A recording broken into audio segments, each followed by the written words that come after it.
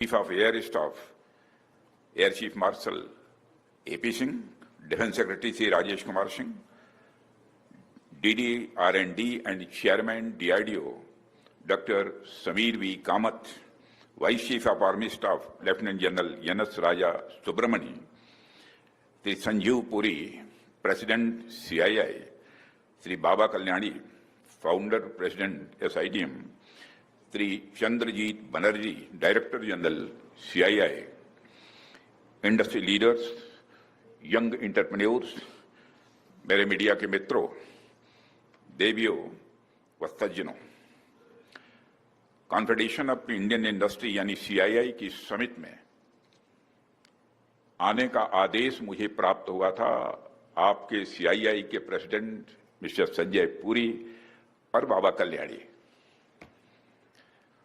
मैंने कहा कि दो बड़ी हस्तियों का आदेश है, इसलिए मुझे निश्चित रूप से इस कार्यक्रम में जाना चाहिए। और आज मैं आप सबके बीच यहां कार्यक्रम में उपस्थित हूं और इस कार्यक्रम में आकर सचमुच मुझे आप लोगों का जज्बा, आप लोगों का उत्साह देखकर मुझे बेहद खुशी हुई है। सबसे पहले तो मैं आप सभी को भारत के दुनिया के 4th लार्जेस्ट इकोनॉमी बनने की बधाई देता हूं।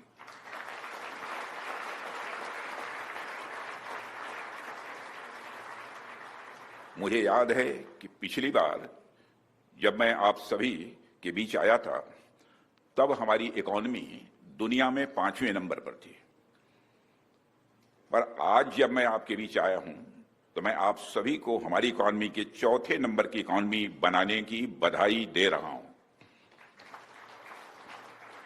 मुझे लगता है कि आगे कुछ कहने की कोई जरूरत नहीं है। अगली बार जब मैं आप सभी के बीच आऊं तो मैं नई बधाई के साथ आप सबके बीच आऊं, ऐसी मेरी बस कामना है, यही हमारी इच्छा है। और मैं कामना ही नहीं करता हूं बल्कि आप लोग ऐसा करके दिखाएंगे, ऐसा मेरा पक्का विश्वास है। इससे पहले भी मुझे कई बार आप सबके बीच आने का अवसर मिला है और हर बार जब मैं आपके बीच आता हूं तो आपकी एनर्जी और आपको देश को आगे ले जाने कि आपकी डेडिकेशन देखकर सचमुच मैं केवल इम्प्रेस ही नहीं होता हूं बल्कि मैं बहुत ही उत्साहित होता हूं। साथियों, CII सिर्फ एक ऑर्गेनाइजेशन नहीं है, यह वह पावर हाउस है जिसने भारत की इंडस्ट्रियल स्पिरिट को एक शेप दिया है, एक आकार दिया है। देश भर में लाखों इंटरप्राइजेस को जोड़ने, पॉलिसी फ्रेमवर्क को दिशा देने और ग्लोबल कॉम्पिटिटिवनेस बढ़ाने में CII की भूमिका बहुत ही इंपॉर्टेंट रही है। CII केवल बिजनेस को रिप्रेजेंट नहीं करता है बल्कि मैं मानता हूं कि एक विजन को रिप्रेजेंट करता है और वह विजन है India as a global manufacturing and innovation hub. साथियों, यहां मौजूद हर एक व्यक्ति इंडियन एंटरप्राइज का एक सिंबल है। आपने इस समिट का नाम बिजनेस समिट 2025 रखा हुआ है, लेकिन मैं इसे देश की स्ट्रेंथ, रेजिलियंस और सेल्फ रिलायंस की समिट मानता हूं। आप सब वो लोग हैं जिन्होंने भारत को आत्मनिर्भर बनाने की यात्रा में एक इंजन की तरह काम किया है, पावरफुल इंजन की तरह आपने काम किया है। साथियों, आपने इस समिट की थीम रखी है building trust and India first. मैं सबसे पहले इस थीम को चुनने के लिए CII को हार्दिक बधाई देता हूं।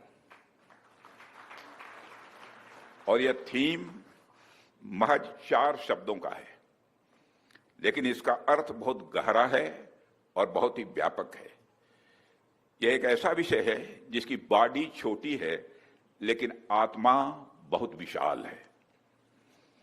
साथियों, मैं अपनी बातचीत की शुरुआत इस थीम से ही करूंगा और आप सब तो जानते ही हैं कि ट्रस्ट बिल्डिंग करना एक बहुत ही महत्वपूर्ण बात हुआ करती है और ट्रस्ट कोई टेक्निकल टर्म नहीं है बल्कि एक इमोशन है और एक ऐसा अनुभव है, एक ऐसा एक्सपीरियंस है जो हमारी पर्सनल लाइफ से शुरू होकर इंटरनेशनल रिलेशंस तक जाता है।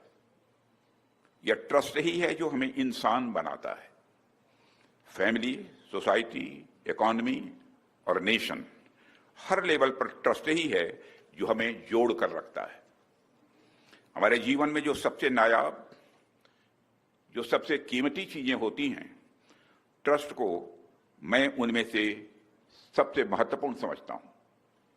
और यह मैं बस कहने के लिए नहीं कह रहा हूं, अपने अनुभव की बात आप सबके सामने रख रहा हूं।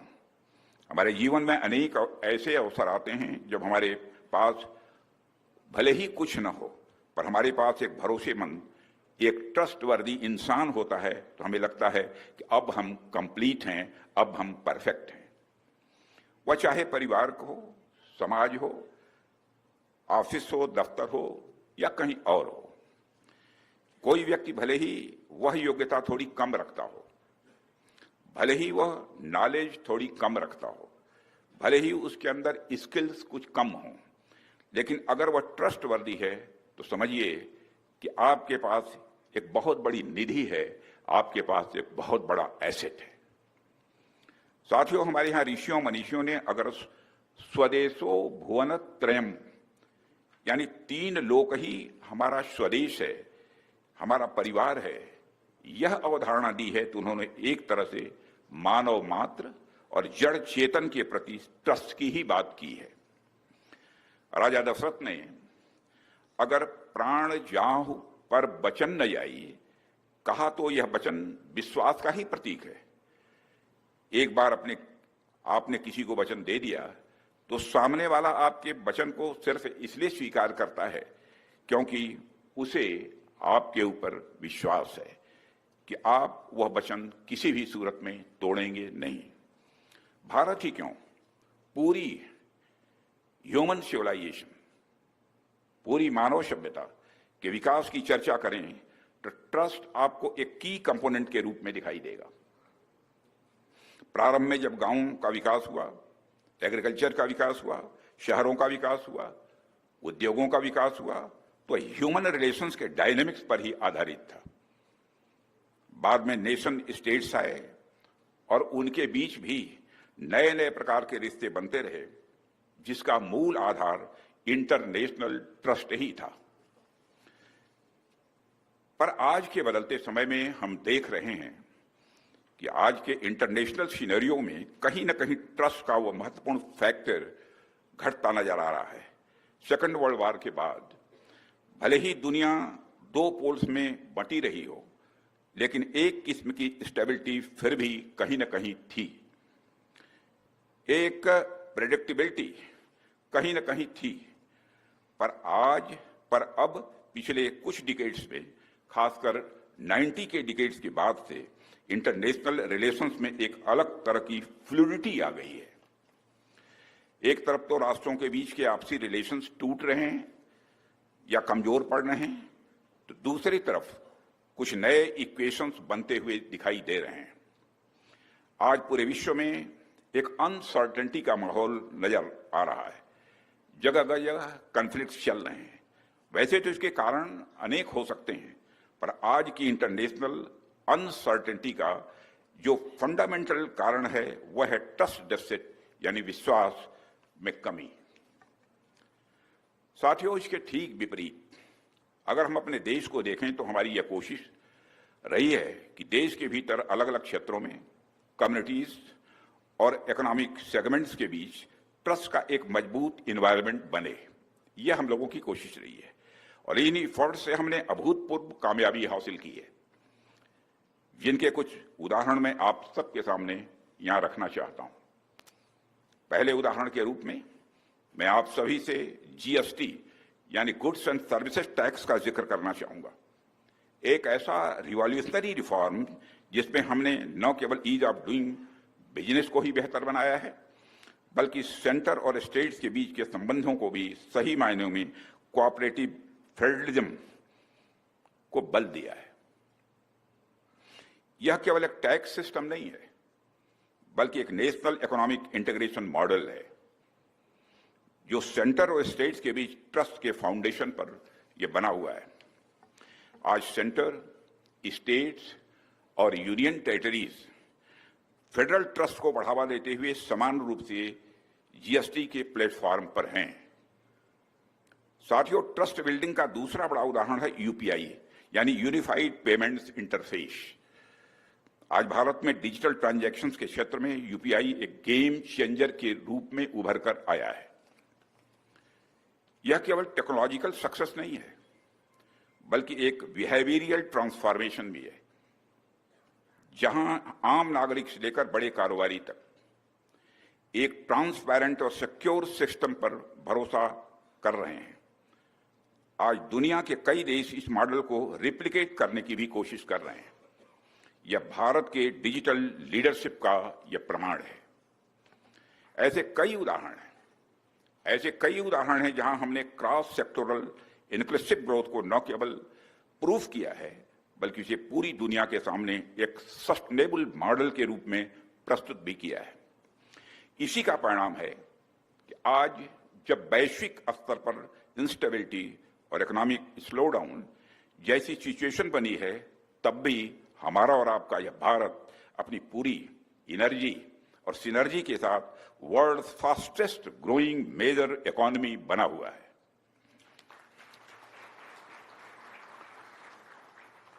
साथियों, जब मैं आपके सामने मौजूद हूं, तो मुझे यह कहते हुए गौरव की अनुभूति हो रही है कि प्रधानमंत्री श्री नरेंद्र मोदी जी के नेतृत्व में हमारा देश आज दुनिया की 4th लार्जेस्ट इकोनॉमी बन चुका है।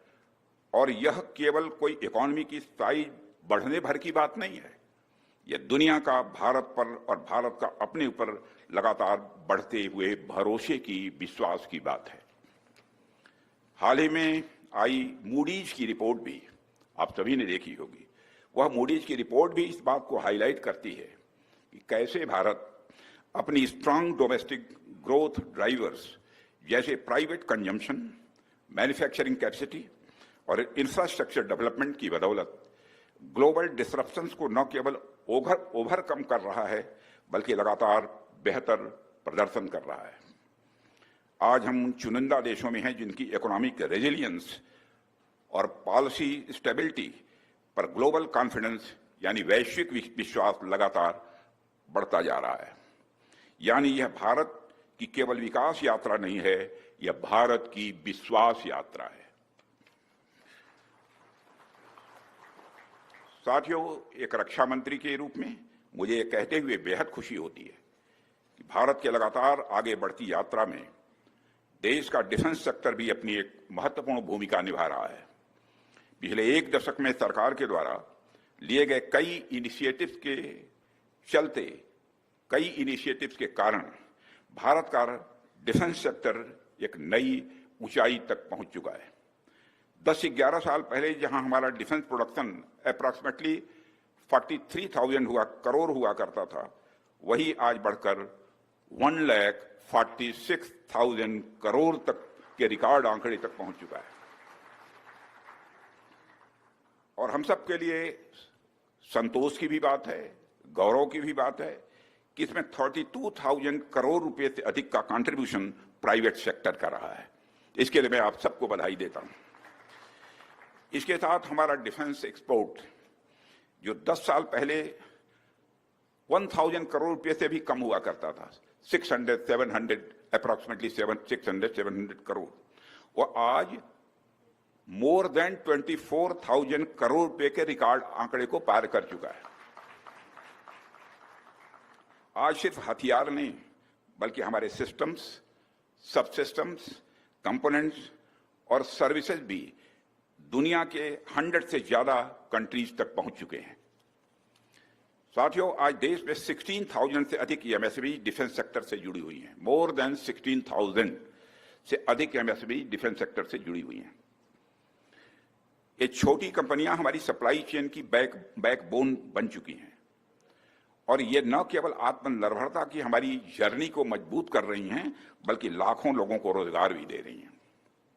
आज हम सिर्फ फाइटर प्लेन्स या मिसाइल सिस्टम नहीं बना रहे हैं, बल्कि हम न्यू एज वॉरफेयर टेक्नोलॉजी के लिए भी तैयार हो रहे हैं। हमारे होम ग्रोन सिस्टम ने आज ऑपरेशन सिंदूर के दौरान पूरी दुनिया को चौंकाते हुए यह साबित कर दिया है कि हम दुश्मन के किसी भी कवच को भेदने की ताकत रखते हैं।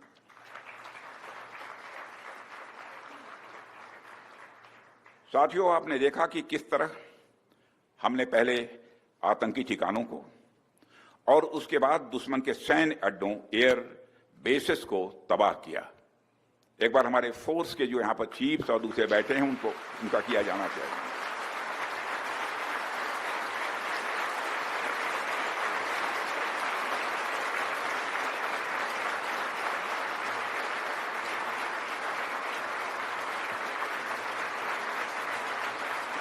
Thank you very much. मैं रोकूंगा नहीं तो रुकेगा नहीं। वैसे साथियों, करने को हम कुछ और भी कर सकते थे।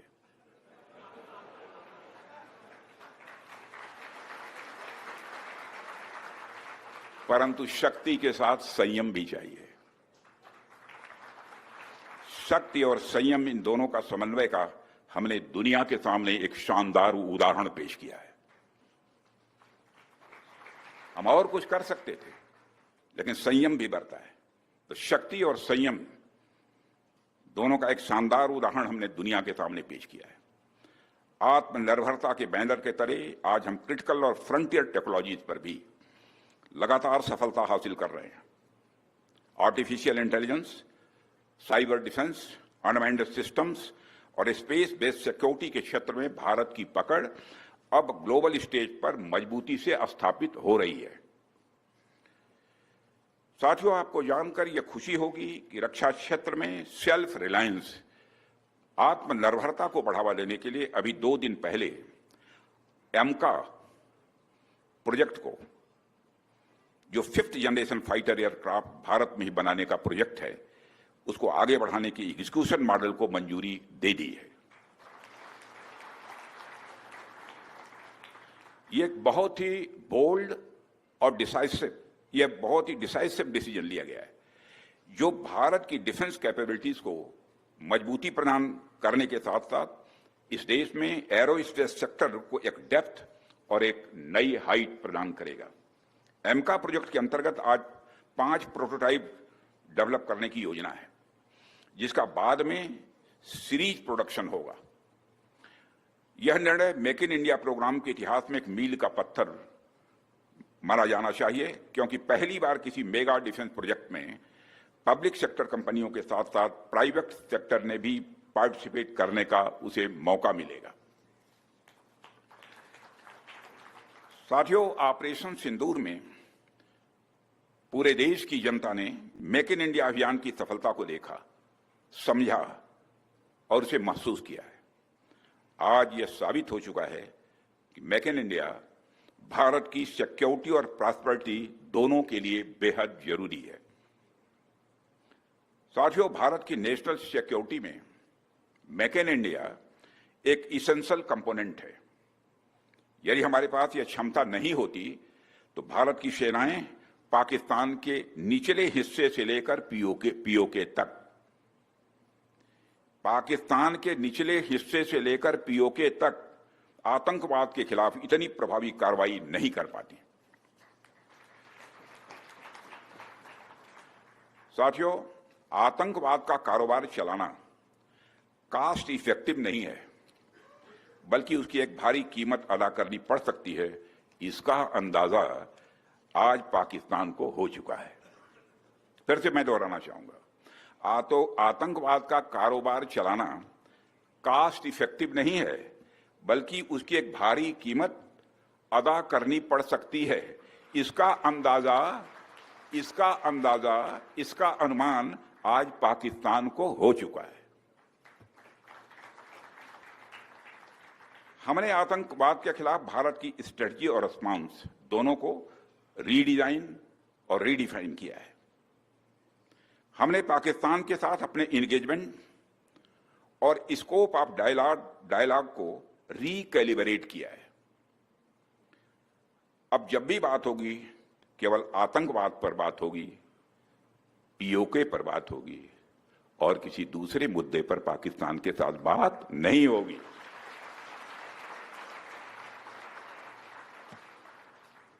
वह दूसरा मुद्दा कौन हो सकता है जिस पर पाकिस्तान बात करना चाहेगा, वो आप जानते हैं। साथियों, मैं मानता हूं कि आज पाक ऑक्युपाइड कश्मीर के लोग हमारे अपने हैं। आप मानते हैं ना? पाक ऑक्युपाइड कश्मीर के लोग वो हमारे अपने हैं, हमारे परिवार के हिस्सा हैं।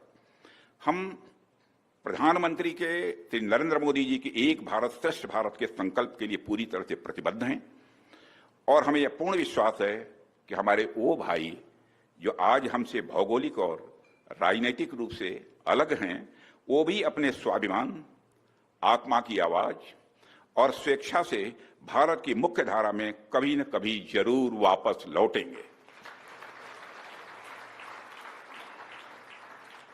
मैं जानता हूं वहां के अधिकांश लोग भारत के साथ एक जुड़ाव महसूस करते हैं। बड़ी संख्या है जो भारत के साथ जुड़ाव महसूस करती है पीओके में। कुछ गिने चुने ही हैं जिन्हें भटकाया गया है, गुमराह किया गया है। पीओके में रहने वाले हमारे इन भाइयों की स्थिति कुछ ऐसी ही है जैसे वीर योद्धा महाराणा प्रताप के छोटे भाई शक्ति सिंह की थी।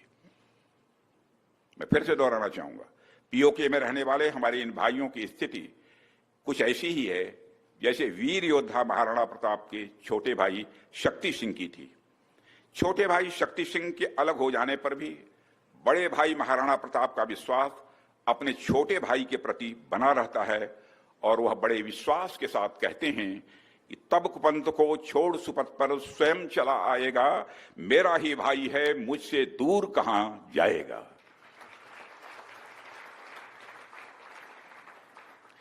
भारत हमेशा ही दिलों को जोड़ने की बात करता है और हमें विश्वास है कि प्रेम, एकता और सत्य के मार्ग पर चलकर वह दिन दूर नहीं जब हमारा ही अंग पीओके स्वयं लौटकर कहेगा, मैं भारत हूं, भारत ही हूं, मैं वापस आऊंगा।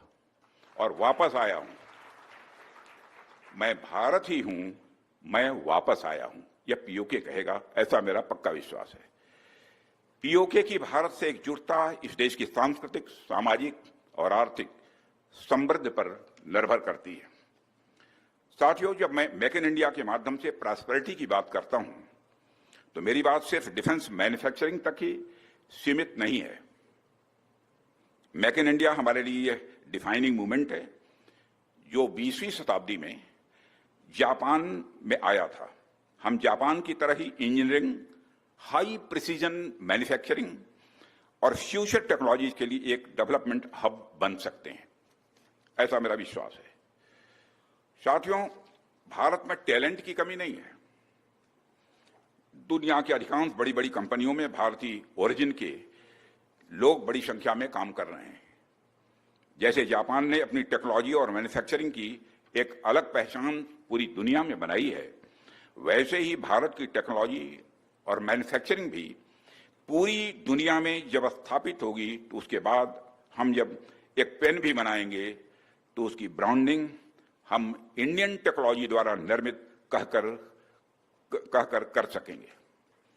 यानी मेक इन इंडिया के माध्यम से भारत में बनी हर चीज पर प्रीमियम होगा, जैसे कभी मेड इन जापान का होता था। यह हमारे देश में प्रॉस्पेरिटी यानी समृद्धि के नए द्वार खोलेगा। साथियों, यह हम सबका अनुभव है। हमने देखा भी है कि अगर सरकार और इंडस्ट्री एक साथ मिलकर चलें तो क्या कुछ संभव नहीं हो सकता है, यानी सब कुछ संभव हो सकता है। प्रधानमंत्री जी की लीडरशिप में आज भारत सिर्फ डिफेंस टेक्नोलॉजी का कंज्यूमर नहीं रहा, बल्कि प्रोड्यूसर और एक्सपोर्टर भी बन गया है और उस दिशा में तेजी से आगे बढ़ भी रहा है। और जब दुनिया हमें हाई एंड डिफेंस सिस्टम्स के लिए अप्रोच करती है तो यह सिर्फ मार्केट इंडिकेशन नहीं होता है, बल्कि यह भारत की कैपेबिलिटी का सम्मान होता है। साथियों, आज इंडियन इंडस्ट्री ने देश के भविष्य की दिशा तय करने का जो मंच तैयार किया है वह वास्तव में प्रशंसनीय है। मुझे लगता है कि भारतीय इंडस्ट्री आज भारत के कलेक्टिव एस्पिरेशंस की भी संवाहक है। आज हम एक ऐसे पड़ाव पर खड़े हैं जहां गवर्नमेंट और इंडस्ट्री के कॉमन इफर्ट्स और सिनर्जी ही भारत को अगले डिकेड की वैश्विक महाशक्ति बना सकता है। साथियों, आज के समय में किसी राष्ट्र की शक्ति का मूल्यांकन केवल उसके इकोनॉमिक इंडेक्स जैसे जीडीपी, फॉरेन इन्वेस्टमेंट या एक्सपोर्ट के आंकड़ों से ही नहीं होता है। दुनिया अभी अभी देखने लगी है कि कोई देश अपने नागरिकों और वैश्विक समुदाय में कितना भरोसा जगा सकता है। क्या उसके लिए अपने देश की संस्थाओं, उसकी नीति और उसकी दिशा पर विश्वास करते हैं? क्या अंतर्राष्ट्रीय मंच पर उस देश को स्टेबल, मैच्योर और रिस्पॉन्सिबल माना जाता है या नहीं? यही वह मापदंड है जो आज के युग में एक राष्ट्र को महान बनाता है। लेकिन साथियों, यह भरोसा अचानक नहीं होता है। यह किसी नारे, घोषणा पत्र या विज्ञापन से नहीं पैदा होता है। यह राष्ट्रीय सुरक्षा से जुड़ा होता है। अब जब किसी देश को यह आत्मविश्वास होता है कि वो अपने जियोपॉलिटिकल इंटरेस्ट को प्रोटेक्ट कर सकता है, अपने नागरिकों की सुरक्षा इंश्योर कर सकता है और भविष्य की अनसर्टेनिटीज के सामने स्थिर रह सकता है, तभी एक सच्चा टिकाऊ विश्वास जन्म लेता है। राष्ट्र का मनोबल तभी ऊंचा रहता है जब उसे पता हो कि उसका आज भी सुरक्षित है और आगे आने वाला कल भी सुरक्षित है। इन सबको देखते हुए साथियों, सरकार ने policy clarity, Indianisation, economic resilience और स्ट्रेटेजिक ऑटोनॉमी को प्रायोरिटी दी है। लेकिन इन एफर्ट्स की सफलता तभी इंश्योर हो सकती है जब आप सभी stakeholders, innovators, entrepreneurs, manufacturers इस नेशनल मिशन में पुरजोर भागीदार बने। आइए हम सभी मिलकर यह संकल्प लें, इंडिया फर्स्ट न केवल हमारा नारा हो बल्कि हमारी रणनीति और हमारी कार्य संस्कृति, हमारी वर्क कल्चर की यह आत्मा भी बने। साथियों, सीआईआई की यह गैदरिंग देश की इकोनॉमिक स्ट्रेंथ को रिप्रेजेंट करती है। मेरा मानना है कि अगर हमें भारत को 2047 तक एक पूर्णतया विकसित राष्ट्र बनाना है तो उसमें आपका एक बहुत ही महत्वपूर्ण रोल होगा। इसमें कहीं भी दो मत नहीं है, किसी भी प्रकार की कोई डिफरेंस ऑफ ओपिनियन नहीं है। आपका बहुत ही महत्वपूर्ण भूमिका आपकी रहने वाली है। साथियों, आज आवश्यकता है कि इंडियन इंडस्ट्री भी सरकार के साथ कदम से कदम मिलाकर एक ऐसे इकोनॉमिक डॉक्ट्रिन पर विचार करे जिसमें प्रोडक्शन के आम फैक्टर्स के साथ साथ national security, national interest, national goals और नेशनल स्ट्रेंथ का भी एक उचित स्थान रहे। आत्मनिर्भरता का हमारा नारा एक इकोनॉमिक पॉलिसी तो है ही, यह एक स्ट्रेटेजिक थिंकिंग भी है। साथियों, सीआईआई के इस महत्वपूर्ण मंच से आज मैं भारतीय इंडस्ट्री से अपील करता हूं कि कंपनी इंटरेस्ट तो स्वाभाविक है, किसी को देखना चाहिए, आप देख ही रहे हैं। नेशनल इंटरेस्ट भी आप देखते ही हैं, लेकिन अब आप नेशनल इंटरेस्ट पर ऐसी परिस्थितियां हैं, उस पर कुछ जरूरत से ज्यादा कुछ फोकस करने की जरूरत होगी। इसे अगर मैं दूसरी तरह से कहूं तो कंपनी इंटरेस्ट सिक्योर करना आपका कर्म है, तो नेशनल इंटरेस्ट सिक्योर करना आपका धर्म है।